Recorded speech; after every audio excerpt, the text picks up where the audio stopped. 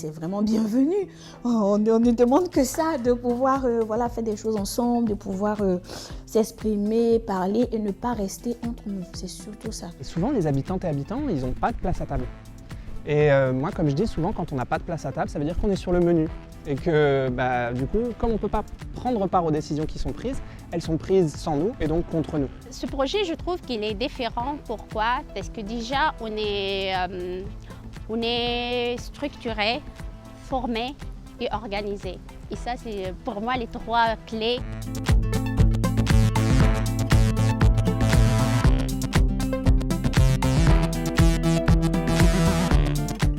Un des moments les plus difficiles quand on commence à s'organiser, c'est le moment où on commence à se coltiner à la question du pouvoir.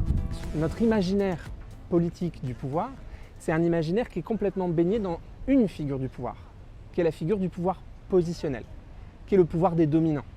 Le pouvoir positionnel, c'est le pouvoir des gens qui ont un statut, qui ont un poste dans une hiérarchie. C'est les présidents, c'est les directeurs, c'est les chefs. J'ai participé à des actions par-ci, par-là, le conseil du quartier. On est parti faire des réunions avec monsieur le maire.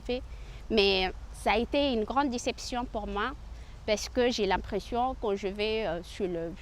On parle, c'est comme si on est chez un psychologue, on parle, on vide notre sac, on dit tout ce qui ne va pas dans le quartier, mais il n'y a pas vraiment de changement. Il y a des travailleurs sociaux qui font des études, qui parlent des assos et tout ça, mais c'est un peu plus difficile, comme on le dit, on est mieux placé nous-mêmes de parler de ce qui ne va pas. Non, on ne va pas créer du pouvoir positionnel, on va créer du pouvoir relationnel. Le pouvoir relationnel, c'est le pouvoir des gens qui font des trucs ensemble et qui arrivent à avoir suffisamment de solidarité pour bosser ensemble, pour le moment venu, faire front, avoir une revendication commune et aller au bout pour l'obtenir. On a fait un séminaire sur 2 jours et là, j'étais assez contente. Et c'est comme si une flamme fait comme ça, oui c'est vrai, on peut faire ça. Et la chose qui m'a attirée dans ce projet, c'est que on ne va pas chacun travailler dans son coin, chaque association, on ne va pas être minorité. Mais il y avait une petite formule magique, c'est comme on va être tous ensemble. Et le mot tous ensemble, ça m'a fait vraiment rêver.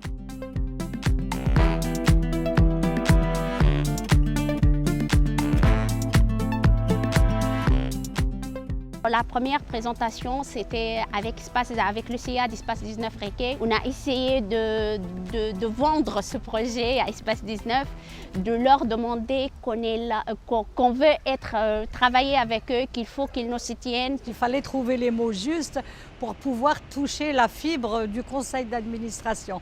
On a parlé chacune de ce qui ne va pas dans les quartiers, nos quotidiens. Ils nous ont applaudi, ils ont dit que c'était bon, qu'ils étaient partants avec nous et c'est là que voilà, on a été très heureux. Vraiment, c'était l'un des plus beaux jours, quoi.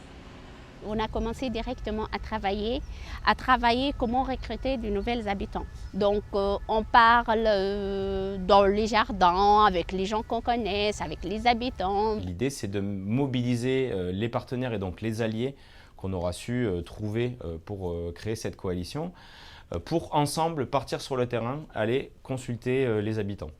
Pour pas que cette coalition, ça devienne des responsables associatifs qui décident de ce que doit être le quartier à la place des habitants. Mon métier, c'est de soutenir des bénévoles et des personnes qui vivent la précarité pour monter des projets de solidarité qui visent à rendre la société plus juste et plus fraternelle. Alors, les partenaires, c'est en priorité surtout les associations qui œuvrent pour plus de justice sociale sur ce territoire. Et elles sont très nombreuses. La première fois que j'ai entendu parler de la coalition citoyenne, c'est donc quand j'ai pris mon poste sur le quartier. J'étais venue rencontrer donc, Nicolas, qui m'avait dit qu'il y avait ce projet donc, voilà, de community organizing et de coalition qui était un peu dans les tuyaux.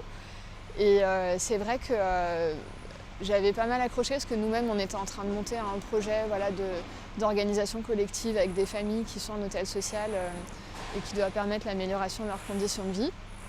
Et donc on avait échangé là-dessus, on s'est dit ben voilà c'est super.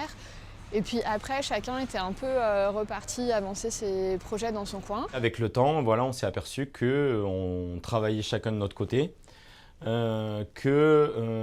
avait du mal à monter des choses ensemble, si ce n'est de manière ponctuelle, et qu'ensuite on n'arrivait pas forcément à garder ça sur la dynamique, sur la longueur. Et c'est ce que se propose aussi de faire la coalition citoyenne.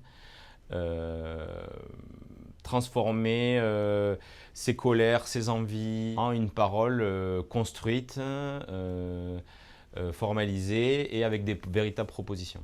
Nous, c'est ce qui nous a intéressés dans la coalition, c'est qu'à Capacité, on croit vraiment au collectif et au fait que quand il y a des personnes qui se regroupent, qui se réunissent pour partager leurs expériences, pour mettre en commun leurs ressources, pour partager leur savoir, en fait, ça permet de lutter ensemble. Et donc, ça permet vraiment de passer des intérêts un peu individuels à des intérêts collectifs et de les porter ensemble.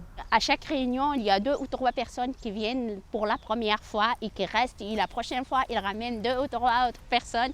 Donc, c'était un projet qu'on voit le progrès devant nous. Ici, quelque chose que ça nous fait plaisir et qu'on s'attache vraiment et qu'on dit mais yes, on va y arriver.